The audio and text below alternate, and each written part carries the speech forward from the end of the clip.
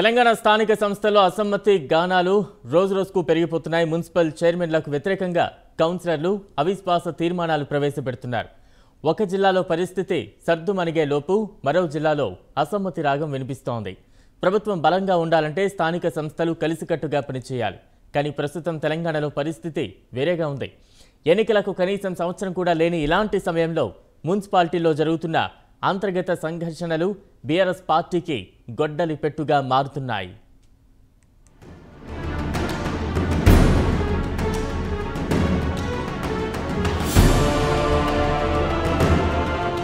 BRS ప్రభుత్వంలో స్థానిక సంస్థలు బలహీనంగా మారుతున్నాయి. కొంతకాలంగా చాలా మున్సిపాలిటీలో మున్సిపల్ చైర్మన్లకు, కౌన్సిలర్లకు పొత్తు కుదరడం లేదు. చైర్మన్లు ఏకపక్ష నిర్ణయాలు తీసుకుంటున్నారంటూ కౌన్సిలర్లు వ్యతిరేక గళాలు వినిపిస్తున్నారు. చైర్మన్ మార్పు కోసం అవిశ్వాస తీర్మానాలను ప్రవేశపెడుతున్నారు. ఇలాంటి ఘటనలు కొంతకాలంగా తెలంగాణలో తరచూ జరుగుతున్నాయి. అయితే ఎన్నికలకు ఇంకా సంవత్సరం కూడా లేని ఇలాంటి టైంలో వరుస అవిశ్వాస తీర్మానాలు ప్రభుత్వానికి మంచిది కాదనే అభిప్రాయాలు వ్యక్తమవుతున్నాయి. కొన్ని ప్రాంతాల్లో కౌన్సిలర్లకు సర్ది చెప్పి సమస్య పరిష్కరించినా కొన్ని ప్రాంతాల్లో మాత్రం అవిశ్వాస తీర్మానాలు జిల్లా కలెక్టర్ కార్యాలయాలకు చేరుతున్నాయి.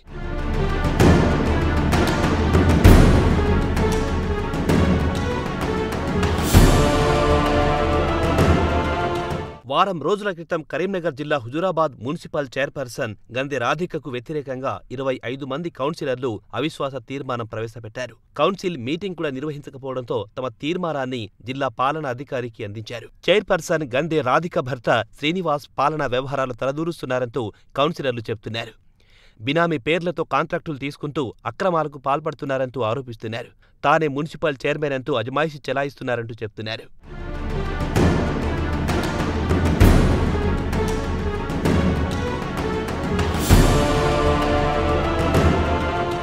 చాలా కాలంగా ఈ విషయంలో జిల్లా పెద్దలకు, ఎమ్మెల్సీ కౌశిక్ రెడ్డి దృష్టికి తీసుకెళ్లామని కౌన్సిలర్లు చెబుతున్నారు. కానీ ఎవరెలాంటి చర్యలను తీసుకోలేదు అన్నారు. ఆ కారణంగానే తాము అవిశ్వాస తీర్మానం ప్రవేశపెట్టాలని నిర్ణయానికి వచ్చామన్నారు.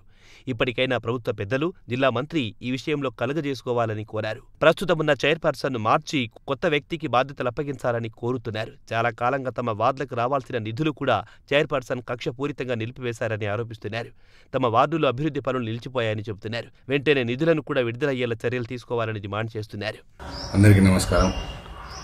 హుజూరాబాద్ మున్సిపల్ చైర్మన్ గందె రాధిక శ్రీనివాస్ గారులపై అవిశ్వాస తీర్మానం పెట్టడానికి ముఖ్య ఉద్దేశం, మేము పార్టీకి వ్యతిరేకం కాదు, ఎమ్మెల్సీ కౌశిక్ రెడ్డి గారికి వ్యతిరేకం కాదు, మీకు ఎన్నడున్నా మేము పార్టీకి విధేయం, పార్టీ అధిష్టానం ఏది చెప్తే శిరసా వంచి మేము చేస్తాం. ఈ మధ్యలో ఒంటెత్తు పోకడుతో గందె శ్రీనివాస్ గారు వాళ్ళ భార్య చైర్మన్ ఉండి నేనే చైర్మన్ అని మమ్మల్ని ఒక కౌన్సిలర్ను విలువ చేయకుండా ఏ పని చేసినా మాకు ఇంటిమేషన్ ఇవ్వకుండా మాకు చెప్పే పని ఒకటి, ఆయన చేసే పని ఒకటి, ఎన్నో మాటల మేము అందరం కౌన్సిలర్లు అందరం ఇది పద్ధతి కాదు, ఒక చైర్మన్ గారు ఉండగా మీరు ఇలా ఇన్వాల్వ్ అవ్వడం పద్ధతి కాదని మీ ఎన్నో మాటల హెచ్చరించడం జరిగింది. అయినా మమ్మల్ని పెడిచెవున పెట్టి అతనే అహంకారపూరితంగా పని చేసుకుంటూ పోయిండు. మరోపక్క సంగారెడ్డి జిల్లా జోగిపేట మున్సిపాలిటీలో కూడా ఇదే సమస్య. చైర్పర్సన్ బొంగుల విజయలక్ష్మికి వ్యతిరేకంగా 26 మంది కౌన్సిలర్లు అవిశ్వాస తీర్మానం ప్రవేశపెట్టారు. జిల్లా పాలనాధికారికి తమ తీర్మానాన్ని అందించారు. ఇక్కడ కూడా ప్రతి విషయంలో చైర్పర్సన్ భర్త తలదూరుస్తున్నారనేదే సమస్య. కనీసం కౌన్సిలర్లకు సంప్రదించకుండానే నిర్ణయాలు తీసుకుంటున్నారని ఆగ్రహం వ్యక్తం చేస్తున్నారు. నిధుల విడుదల విషయంలో కూడా కక్షపూరితంగా వ్యవహరిస్తున్నారంటూ ఆరోపిస్తున్నారు. ఈ విషయంలో ఇప్పటికే జిల్లా నేతలకు ఫిర్యాదు చేశామన్నారు. ఎంతో కాలంగా తాము ఓర్పుతో ఉన్నామని చెబుతున్నారు. ఎంత ఓపిక పట్టినా వ్యవహారం మారకపోవడంతో అవిశ్వాస తీర్మానం ఇవ్వక తప్పలేదు అన్నారు.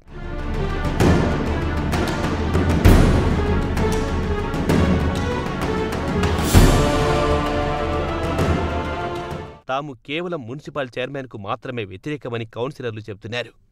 పార్టీకి తాము విధేయులుగానే ఉన్నామంటున్నారు. ఇలాంటి తీరు పార్టీ భవిష్యత్తుకు మంచిది కాదంటున్నారు. జిల్లా మంత్రితో కానీ, స్థానిక ఎమ్మెల్యేతో కానీ తమకెలాంటి సమస్యలు లేవంటున్నారు. తమకు కనీస మర్యాద కూడా ఇవ్వకుండా అవమానించేలా వ్యవహరించిన కారణంగానే తాము అవిశ్వాస తీర్మానం ప్రవేశపెట్టామంటున్నారు. తమకు చైర్మన్గా వేరే వ్యక్తి నియమించాలని డిమాండ్ చేస్తున్నారు. ఇప్పటికే ఈ విషయాన్ని హరీష్ రావు దృష్టికి తీసుకెళ్లామని చెబుతున్నారు. అందోల్ జోగిపేట్ మున్సిపల్ భవానీ నాగరత్నంలో 8th వార్డ్ కౌన్సిలర్ ఈరోజు అందోల్ జోగిపేట్ మున్సిపల్ చైర్మన్ పైన వైస్ చైర్మన్ పైన అవిశ్వాసం పెట్టడం జరిగింది. అతడు చైర్మన్ గారి వైస్ చైర్మన్ గారి ఒంటెద్దు పొగడల వల్లనే ఈరోజు మేము అవిశ్వాసంకి వచ్చాము. ఆయన మాకు మా కౌన్సిలర్లకి కానీ ఈ గ్రామ అభివృద్ధికి కానీ ఎప్పుడూ సహకరించలేదు. ఒంటెద్దు పొగడలే వెళ్ళేది. దానివల్ల ఆ కారణాల వల్లే ఈరోజు మేము అవిశ్వాసంకి వచ్చాము.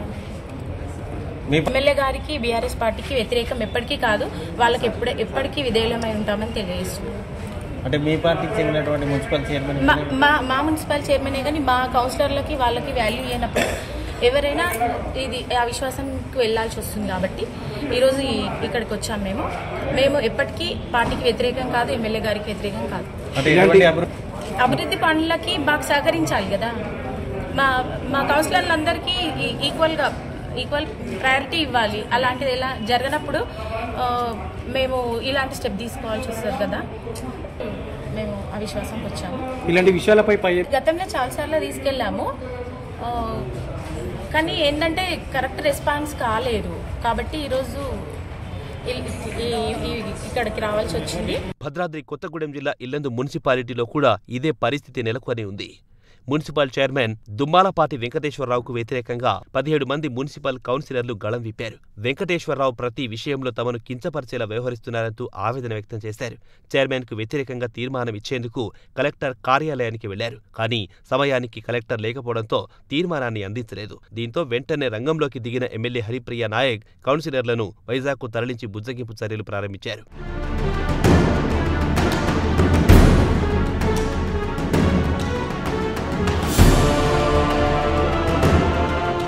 కేవలం ఈ 2 మున్సిపాలిటీలు మాత్రమే కాదు, తెలంగాణ వ్యాప్తంగా చాలా మున్సిపాలిటీల్లో వరుసగా వ్యతిరేక గళాలు వినిపిస్తూనే ఉన్నాయి. పార్టీ అధిష్టానానికి తాము వ్యతిరేకం కాదని కౌన్సిలర్లు చెప్పినప్పటికీ ఈ తీర్మానాల వ్యవహారంలో వచ్చే ఎన్నికలపై తీవ్ర ప్రభావం చూపుతుందంటున్నారు రాజకీయ విశ్లేషకులు. 2 వర్గాలుగా విడిపోతున్న నేతలు ఏ ఒక్కరికి మద్దతు తెలిపినా మరో వర్గం మద్దతు కోల్పోయే ప్రమాదం ఉందంటున్నారు. ఎన్నికలకు సన్నద్ధం కావాల్సిన సమయంలో అసంతృప్తులను సముదాయించడమే పెద్ద సమస్యగా మారుతుందంటున్నారు. ఇలాంటి వ్యతిరేక వాదనలు, అవిశ్వాస తీర్మానాల నుంచి తమ స్థానిక సంస్థలను ఎలా ప్రభుత్వం కాపాడుకుంటుందో వేచి చూడాలి మరి.